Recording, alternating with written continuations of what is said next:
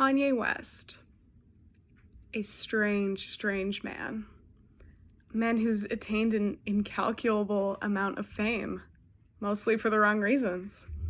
A self-declared god, a character on South Park, a black man who hates what America did to his people.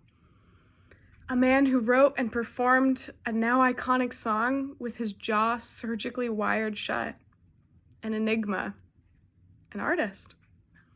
These things all describe the person I will be speaking about today, Kanye West. In this speech, I would like to reflect on both the good and the bad. No person is a true villain, even though in Kanye's case, it sometimes feels like he might want to be. Kanye Omari West was born on June 8, 1977 in Atlanta, Georgia. He was raised on the south side of Chicago by his mother and spent summers with his father in Maryland. From a young age, he showed artistic talent and passion for the arts. At 13, his mom paid for sessions in a cheap basement recording studio. He began recording his first raps and writing his first beats. After graduating high school, he attended the American Academy of Art in Chicago for painting. He then transferred to Chicago State to study literature, but dropped out at the age of 20 to pursue his musical career, inspiring his first album, The College Dropout.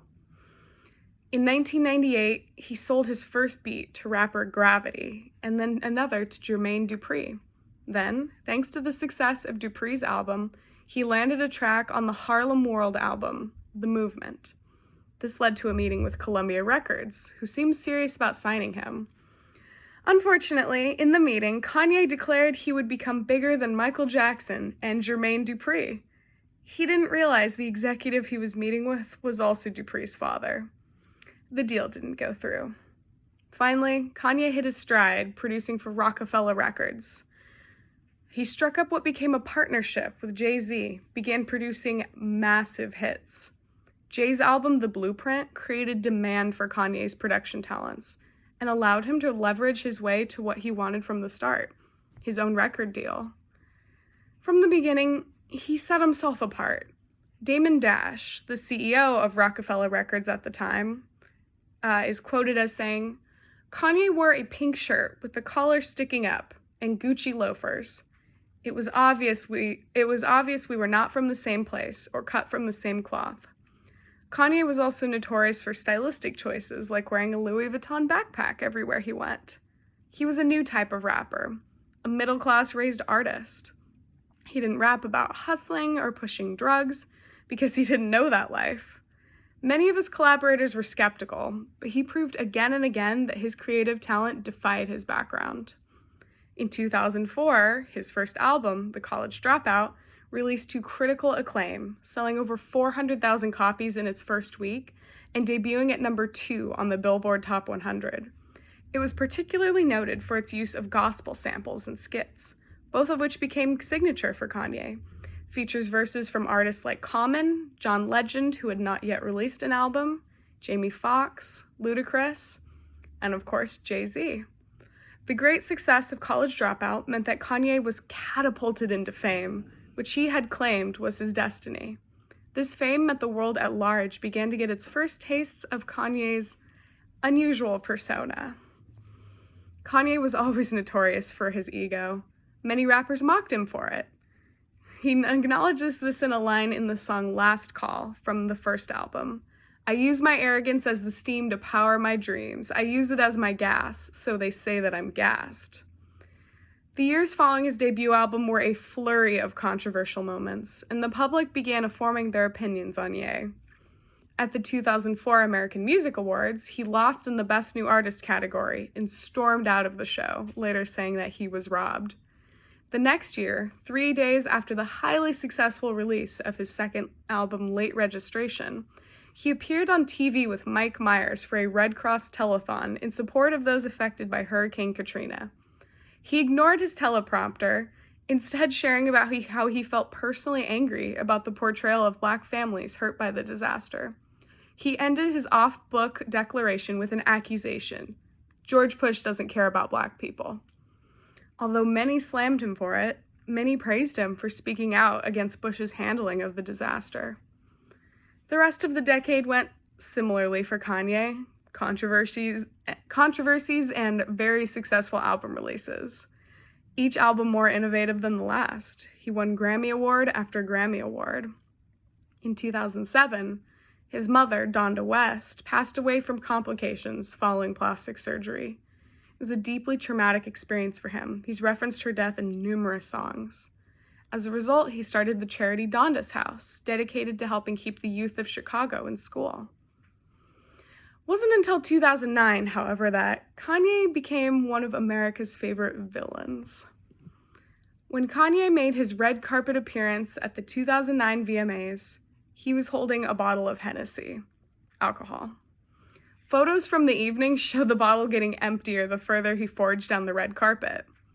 So when he interrupted Taylor Swift's music video award to remind her that Beyoncé's Single Ladies was the best video of the decade, everybody was appalled, but not completely surprised. What followed, however, was a media blitz. President Obama called him a jackass. Katy Perry, a fairly new star herself, compared what he did to stepping on a kitten. Even Beyoncé, accepting the Video of the Year award later that night, took a moment to support Taylor. Both Taylor and Kanye earned more fame than ever before. In the years following this incident, the narrative constantly changed. His song, Famous, released in 2013, included the line, "I feel like me and Taylor might still have sex. Why? I made that bitch famous." Taylor condemned the song, but was contradicted by video evidence of her and Kanye speaking on the phone about the lyric. The feud does not seem to be resolved as of today. Exchanges from both ends continue to fly. In early 2012, Kanye West and Kim Kardashian went public with their relationship after a decade of friendship. Later that year, they announced they were expecting their first child. In 2013, Kanye publicly proposed in a rented-out baseball stadium, complete with fireworks that went off when she said yes. Kanye's 2014 marriage to Kim transformed him from a superstar to one of the most rich and powerful people alive. His sneaker company, Yeezy, thrived during this time, reaching a coveted level of demand from the self-described sneakerheads. This company is estimated by Forbes as of this year, 2020, to add over $1 billion to his net worth. During this era, his behavior also became more and more erratic. This came to a head in 2016 when he announced he had been diagnosed with bipolar disorder. In 2018, Kanye went on TMZ Live, suggested that slavery was a choice, and that African Americans should have chosen to resist during slavery. In the same interview, he claimed that Donald Trump is one of rap's favorite people. This was wildly unpopular, and prominent artist activists like director Spike Lee and Ava DuVernay quickly spoke up to condemn him. Kanye is known not just for saying controversial things on TV, but on his favorite platform, Twitter. Some of Kanye's Twitter highlights in the past years include, in all caps, "Bill Cosby innocent!" 8 exclamation points in 2016, a clear declaration in defense of a convicted rapist. "Everybody knows the movie Get Out is about me," in early 2020, referencing the horror film in which a white family tricks a black man into visiting their estate in order to implant another man's consciousness into him. Popular joke theory has floated around for years that the all-white Kardashian family brainwashed Kanye. Finally, a video of himself urinating on one of his Grammy Awards this past summer following a dispute with Sony and Universal over his contract and ownership of the master recordings of his music. This past summer as well, however, following the deaths of George Floyd, Ahmaud Arbery, and Breonna Taylor, he made a $2 million donation to help with legal fees, as well as establishing a college fund for Floyd's 6-year-old daughter. And of course, his presidential run.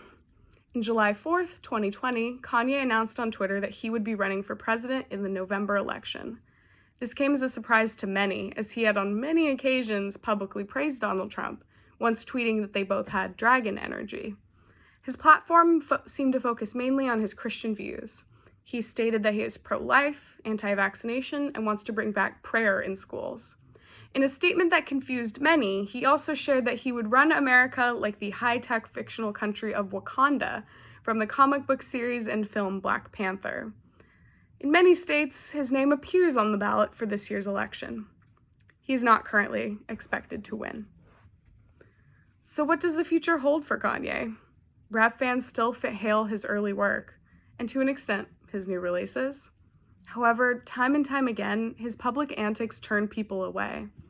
But, true to his early days, with the pink polo and the Louis Vuitton backpack, I think Kanye doesn't care.